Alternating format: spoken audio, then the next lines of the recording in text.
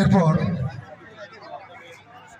আমাদের মধ্যে মঞ্চে উপস্থিত হয়েছেন মাননীয় আইসি সাহেব।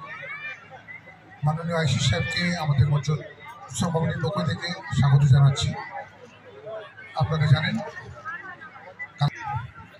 সুব্রত রঞ্জনবাবু একটু আসবেন এখানে।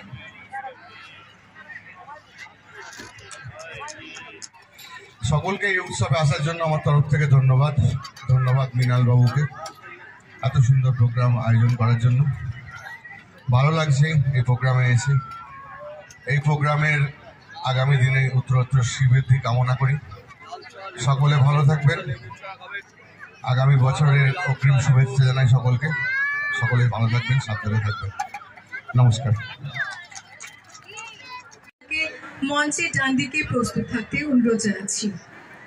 এবং একটি ঘোষণা, আমাদের মঞ্চের বাঁ দিকে একটি গ্রিন রুমের আয়োজন করা হয়েছে।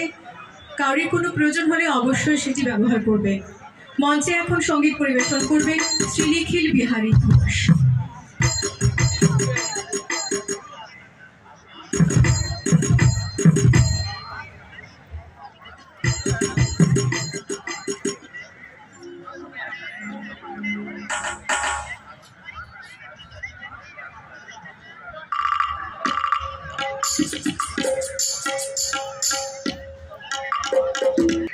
এরপরে সঙ্গীতানুষ্ঠান রয়েছে সুব্রত বাবু মহাশয় এবং তারপরে রয়েছে আপনি যদি একটু আমাদের মঞ্চের ডান দিকে যোগাযোগ করবেন।